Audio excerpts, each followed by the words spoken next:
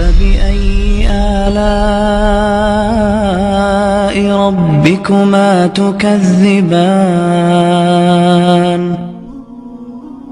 اولم یر الذین کفروا ان السماوات والارض کانتا رتقا پہلے میں نے بتایا کہ ہم کچھ نہیں تھے، اب میں قرآن سے بتا رہا ہوں کہ اللہ تعالیٰ کہہ رہا ہے کائنات بھی کچھ نہیں تھی، نہ کائنات کوئی چیز تھی نہ تم کچھ تھے، اللہ نے تمہیں بنایا۔ والارض بعد ذلك دحاها، آس زمین کا فرش بچھایا، والسماء بنیناها بأید، آسمان کو اپنے ہاتھوں سے بنایا، رفع سمکہا فسواہا، اس کی چھت کو اونچا کیا اور برابر کیا، وَأَغْطَشَ لَيْلَهَا، رات کو لایا، وَأَخْرَجَ ضُحَاهَا، دن کو لایا،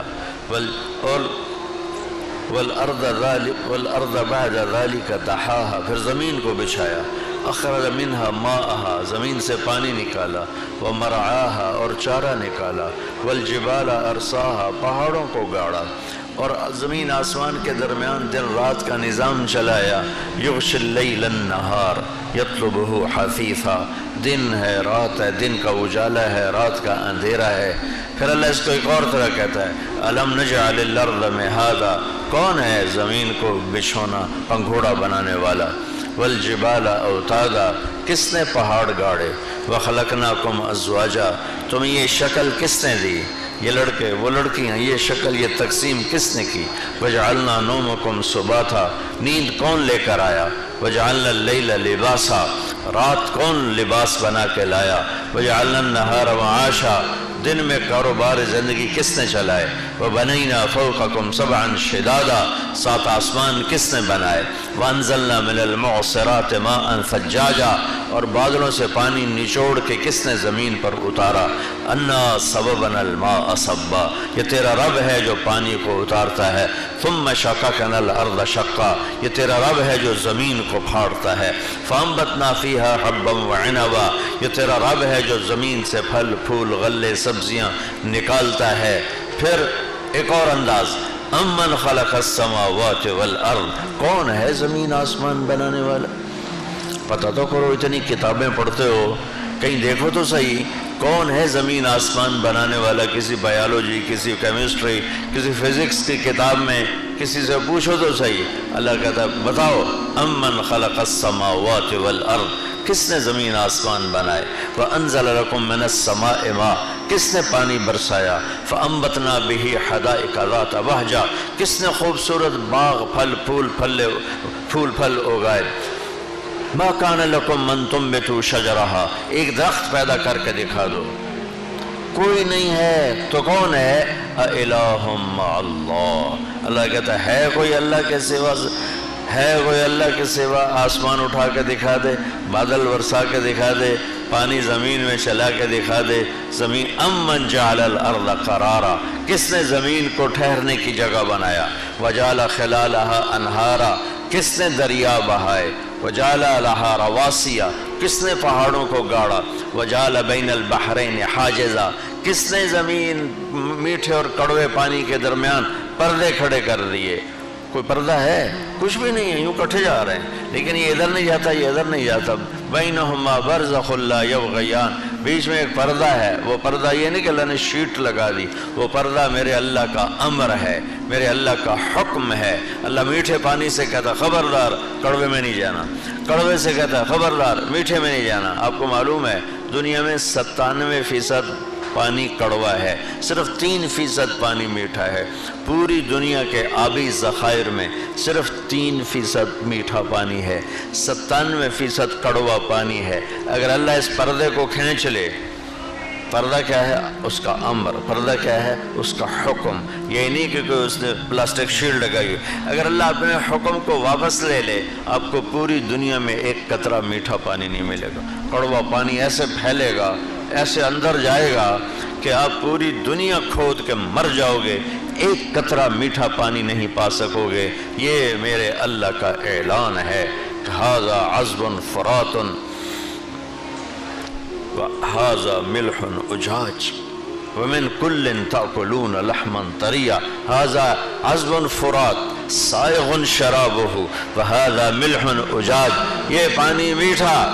جو مزے کا ہے، جو پینے کے کام، اور یہ کڑوا، دونوں سے تم مچھلیاں نکال کے کھاتے ہو۔ بچوں، میں بہت عرصہ سوچتا رہا کہ اللہ کڑوے پانی کو نعمت کیوں کہتا ہے؟ میٹھا پانی تو نعمت ہے، میں پی رہا ہوں، آپ پی رہے ہیں، تو اللہ کڑوے پانی کو قرآن میں بڑا ہائی لائٹ کر کے کہتا ہے وَهَذَا مِلْحٌ أُجَاجٌ، اور یہ ہے تمہارے لیے کڑوا پانی۔ بہت عرصے، کسی تفسیر میں نہیں ملا، بہت عرصے کے بعد یہ بات خود سمجھ میں آئی کہ اگر سمندروں کا پانی میٹھا ہوتا تو بارشیں نہ ہوتی۔ سمندروں کی کڑواہٹ بارش کا سبب ہے، وہ ایک الگ پورا چیپٹر ہے۔ ویسے آپ کو میں ٹپ دے رہا ہوں کہ اگر سمندر کا پانی میٹھا ہوتا دو تباہیاں آتی، ایک بارش نہ ہوتی، اور دوسرا کڑوا پانی اپنے نمک کی وجہ سے بدبودار نہیں ہوتا ہے۔ میٹھا پانی کھڑے کھڑے بدبودار ہوتا، ایک چھوٹا سا جوہر بدبودار ہو تو پورے گاؤں کا رہنا مسئلہ بن جاتا ہے۔ ساتھ سمندر کے پانی میں بدبو پھیلتی تو ہم میں زندہ کون رہتا؟ یہ بڑے عرصے کے بعد میں پڑھ رہا تھا ایسے پانیوں کے بارے میں، تو وہاں یہ بات آئی کہ نمک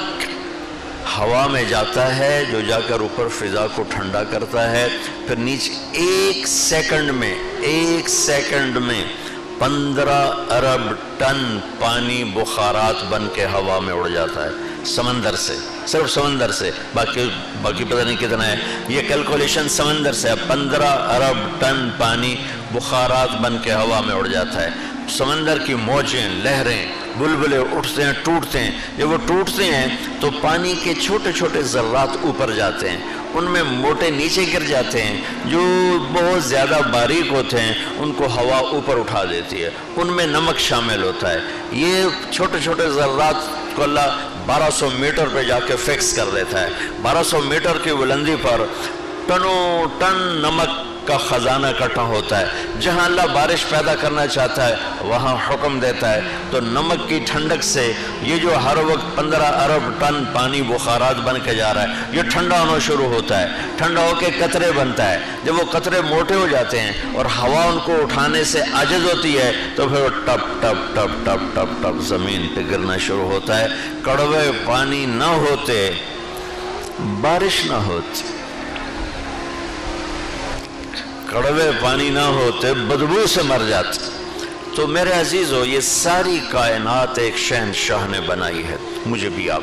پھر وہی ہمیں موت دینے والا ہے۔ ہم روز میتیں دیکھتے ہیں، قبرستان بڑھتے دیکھ رہے ہیں،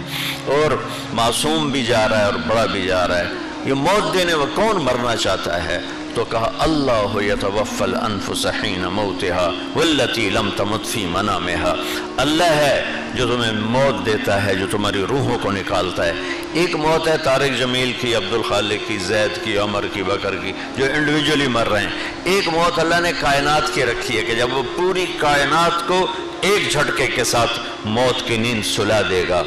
اور قرآن بھرا 1000 آیات ہیں آخرت کے متعلق، 6000، یعنی 1/6 قرآن صرف آخرت بتاتا ہے کہ تم کہیں دنیا کی بھول بھلائیوں میں گم ہو کر اسے اصل نہ سمجھ بیٹھو، اس کے پیچھے کہیں ایمان نہ برباد کر بیٹھو، کہیں آخرت، کہیں قبر، کہیں جنت کے سودے نہ کر بیٹھو۔ یہ دھوکے کا گھر ہے، یہ مچھر کا پر ہے، یہ مکڑی کا جالا ہے۔ روزانہ مولا علی رات کو دعا کرتے کہ الی تغررتی، الی تشوقتی، الی تزینتی، ہیہات ہیہات غری غیری قد بتتک ثلاثا وعمرک قصیر ومجلسک حقیر وخطرک یسیر آہن آہ من قلت الذات وبعد السفر ووحشت الطریق۔ روزانہ تہجد کی نماز کی دعا کیا تھی؟ حضرت علی، اے دنیا مجھے دھوکہ دینے آئی ہے، اے دنیا میرے سامنے بن سور کے آئی ہے، اے دنیا میرے آگے میک اپ کر کے آئی ہے۔ بوڑھی گھوڑی لال لگام نہیں محاورہ سنا؟ بھلا بڈھی نو میک اپ کرو کیڈی کوڑی لگے گی؟ ان بڈھیاں بھی چھڑ دیا نہیں میک اپ اپنا، لیکن بڈھی دا میک اپ انہوں ہور کوڑا کر دینا ہے۔ تو مولا علی فرما رہے ہیں ایک تو بڑھاپے کا شکار ہے، ایک تو میک اپ کر کے آ گئی ہے، ارے دفعہ ہو جا، کسی اور کو دھوکہ دے، تو مجھے دھوکہ نہیں دے سکتی، میں وہ نہیں ہوں جو تیرے عشق میں گرفتار ہو جاؤں، میں وہ نہیں ہوں جو تیرے دھوکے میں آ جاؤں، جا کسی اور کو دھوکہ دے، عمر تیری تھوڑی، عمروں کے قصیر، عزت تیری تھوڑی، مجلسوں کے حقیر، مصیبت تیری تھوڑی، خطروں کے یسیر۔ پھر گڑ گڑاتے ہوئے، یا اللہ میرا سفر لمبا ہے، میرے پاس عمل تھوڑا ہے اور مجھے اکیلے جانا ہے۔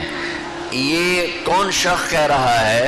کہ میرے پاس عمل تھوڑا ہے؟ یہ کون کہہ رہا ہے؟ جن کا ہاتھ میرے نبی نے یوں پکڑا